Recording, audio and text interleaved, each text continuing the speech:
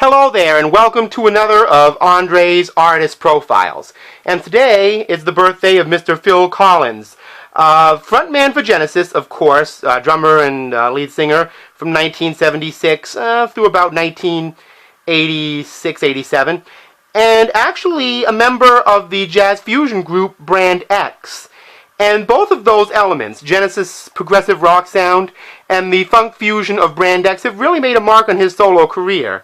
And apparently he loved Earth, Wind & Fire a lot as well, because he brought in Louis Satterfield and the Phoenix Horns for his 1981 solo debut, Face Value. Now, of course, they're not featured on its big hit, In the Air Tonight, which is a very stripped-down, minor-chorded song that just about every teenage air drummer in the world has attempted to do in that arena.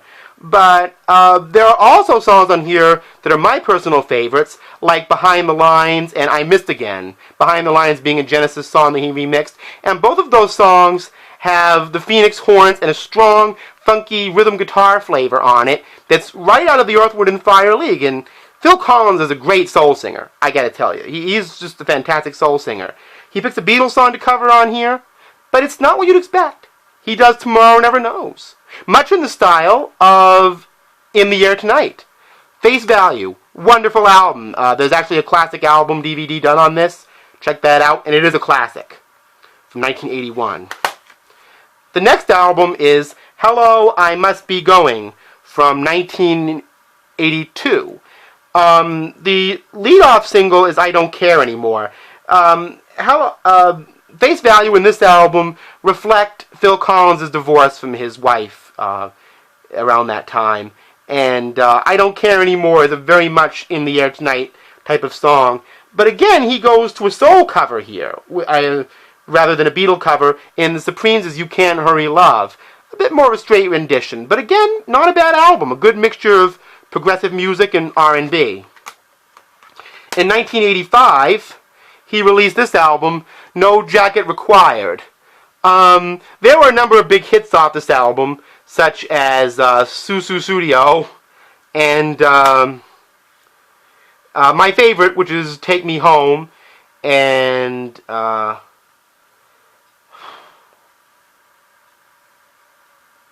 you know, I Don't Want to Know, you know. I think with this album, Phil Collins' sound changed to a much more commercial one. The Phoenix Horns are on this, but it's just a little bit instrumentally heavy at times. Everything seems kind of thrown onto it. It doesn't have the delicacy of the previous two albums consistently. It's not a bad album, but I think he's trying very hard to get a hit. You know, even by 80s standards, where you didn't have to try so hard. I think maybe he was trying a little too hard, but not a bad album, really. The next album came out in 1989, but seriously, this is a much more clear-cut, funkier album with the Phoenix Horns, but includes one hit called Another Day in Paradise, which discusses an issue we still have today. People see war and homelessness, and they turn their backs, and they don't want to look at it, and in terms of homelessness, this song addresses that very well. A lot of people think it's maybe a corny song, but I think it's more relevant than people think, especially coming out at the end of the 80s, beginning of the 90s. The next album is Both Sides, which came out in 1993. This album is a more progressive affair, not that far removed musically from the Genesis album I Can't Dance, with a bit more, We Can't Dance, with a bit more of a Adele contemporary twist. Not a bad album, really. Individual songs are not as important on this album as the album itself.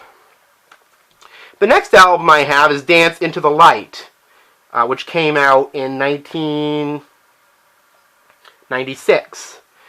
This album is a bit more Adele contemporary, I suppose, but it doesn't really matter to me. Phil Collins has more than made his progressive statements, and those are what I have for Phil Collins, and I wish a very happy birthday to him.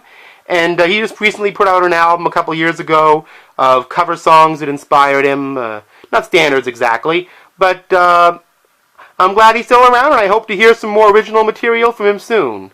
And as far as all of you out there on YouTube, I'll see you next time.